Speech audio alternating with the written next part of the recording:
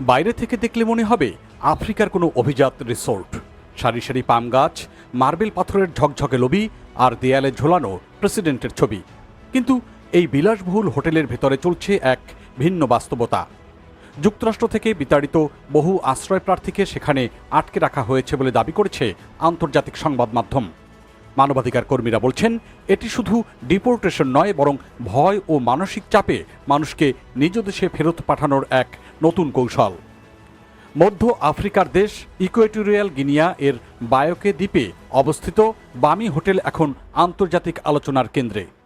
Associated press এপির এক অনুসন্ধানী প্রতিবেদনে উঠে এসেছে, যুক্তরাষ্ট্র থেকে বিতাড়িত আশ্রয় প্রার্থীদের সেখানে কার্যত বন্দী করে রাখা হচ্ছে।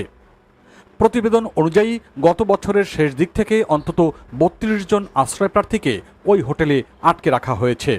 তাদের অনেকেই আগে যুক্তরাষ্ট্রের আদালত থেকে সুরক্ষা পেয়েছিলেন, কিন্তু পরে তাদের আফ্রিকার বিভিন্ন দেশে ফেরত পাঠানো হয়, যেখানে তাদের জীবন হুমকির মুখে পড়তে পারে বলে আশঙ্কা করা হচ্ছে।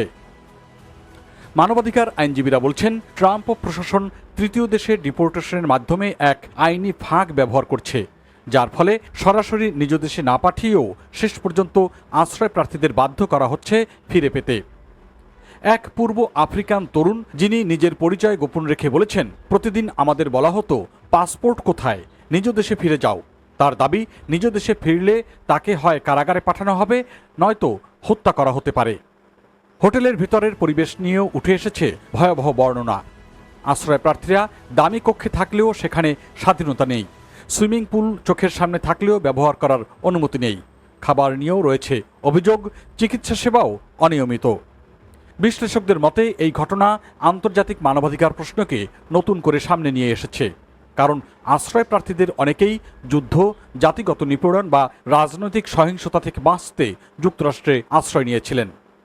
অভিবাসন বিশেষজ্ঞরা বলছেন, ডোনাল্ড ট্রাম্প প্রশাসনের কঠোর অভিবাসন নীতির অংশ হিসেবেই এসব পদক্ষেপ নেওয়া হচ্ছে বলে মনে করছেন তারা। এদিকে ইন্টারন্যাশনাল অর্গানাইজেশন ফর মাইগ্রেশন এবং united nation high commissioner for refugees এর প্রতিনিধিরা হোটেলটির পরিদর্শন করলেও পরে আর ফিরে আসেননি বলে অভিযোগ উঠেছে।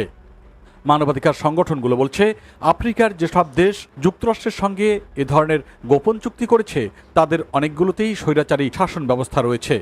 ফলে সেখানে আটক অভিবাসীদের প্রকৃত পরিস্থিতিও জানা কঠিন হয়ে পড়েছে।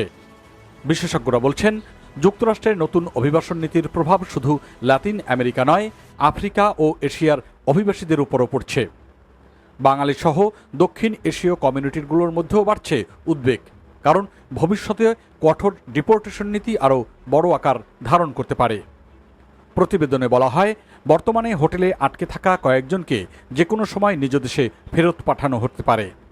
তাদের অনেকেই জানেন না তাদের ভাগ্যে ভবিষ্যতে কী ঘটতে যাচ্ছে।